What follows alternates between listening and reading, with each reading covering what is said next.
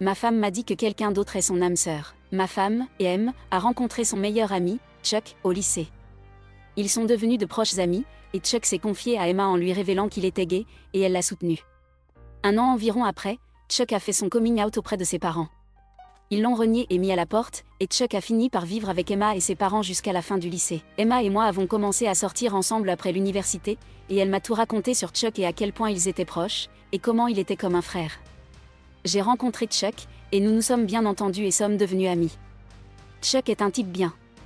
À l'époque, Chuck sortait avec un gars, et ils ont fini par emménager ensemble à peu près au même moment où Emma et moi nous sommes fiancés. Emma et moi sommes mariés depuis 5 ans maintenant. Je suis chef de projet et j'ai pris en charge un projet d'1 an dans une autre ville. Je dois partir à 5h30 du matin chaque matin et je rentre à la maison vers 18h30. Emma et moi avons eu une longue discussion à propos de mon travail avant que je n'accepte ce projet. Nous savions que ce serait un sacrifice pour moi de travailler autant, mais je gagne plus d'argent que je ne l'aurais jamais imaginé.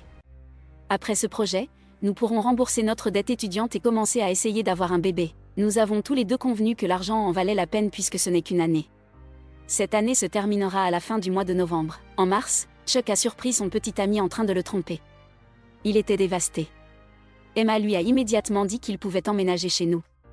J'étais d'accord pour qu'il emménage, mais pas content qu'Emma n'en ait même pas discuté avec moi au préalable. Chuck était assez abattu, et Emma lui donnait beaucoup d'amour et d'attention. Cela ne me dérangeait pas parce que je sais à quel point elle aime Chuck, et il avait besoin d'elle. J'ai aussi fait de mon mieux pour le soutenir et lui faire sentir qu'il était aimé. Pendant un certain temps, ça allait, mais au fur et à mesure, Emma a continué à concentrer toute son attention sur Chuck.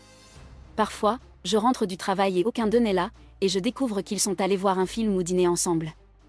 Je ne pense pas qu'il y ait quelque chose de romantique ou sexuel entre eux, mais c'est agaçant d'être laissé de côté dans tous les plans. Ces dernières semaines, plusieurs événements se sont produits. Nous sommes allés tous les trois à une fête, et quelqu'un a plaisanté sur le fait que Chuck était notre 3e roue, et Emma a dit que Chuck n'était pas la 3e roue. J'ai dit, quoi? Et elle a dit, je connais Chuck depuis plus longtemps que je ne te connais. Une semaine environ après cela, Emma et Chuck sont sortis danser un soir. Je devais travailler le lendemain, alors je suis restée à la maison. Je me suis réveillée vers 3h du matin, et Emma n'était pas au lit. Je suis allée la chercher et j'ai trouvé elle et Chuck blottis sur le canapé, endormis avec la télévision allumée.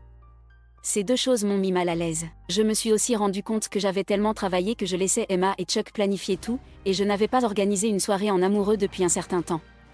J'ai décidé que je devais être plus actif, alors j'ai planifié une soirée en amoureux pour vendredi dernier. Quand j'ai d'abord annoncé cela à M, elle était ravie car nous n'étions pas sortis en tête-à-tête depuis un moment.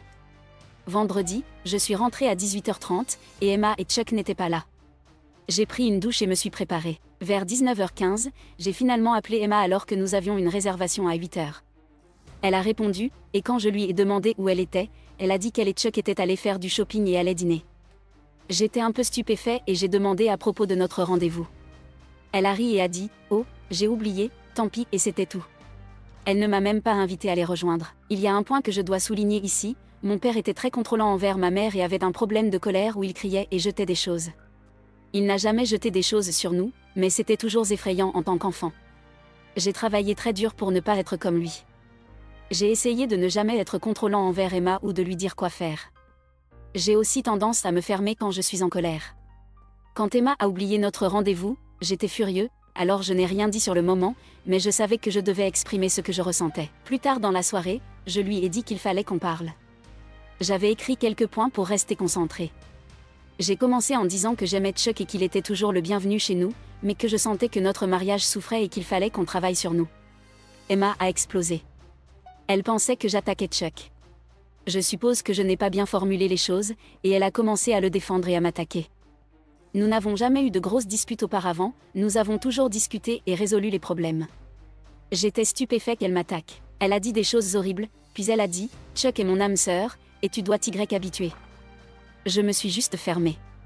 Je ne savais même pas comment traiter ça. J'aime Emma plus que tout au monde, mais à ce moment-là, j'ai réalisé qu'elle aime Chuck plus qu'elle ne m'aime. Je pensais qu'Emma et moi étions des âmes sœurs, mais l'entendre dire qu'elle considère quelqu'un d'autre comme son âme sœur a été dévastateur.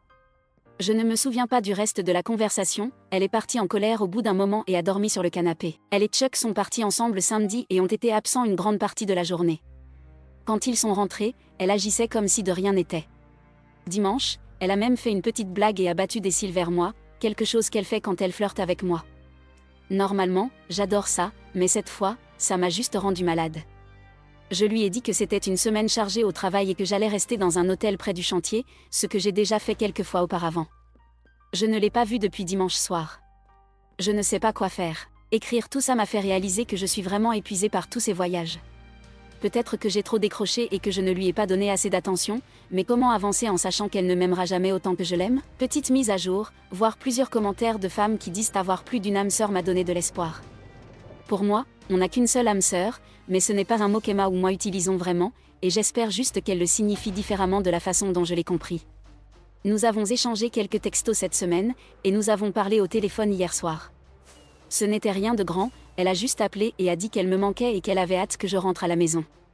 Je serai chez moi ce soir. Je lui ai dit que nous devrions parler de notre dispute de vendredi dernier, et elle a accepté et a dit qu'elle détestait que nous nous soyons disputés et que nous devions arranger les choses. Elle a dit qu'elle m'aimait. Nous allons parler ce soir, et je suppose que je découvrirai où j'en suis.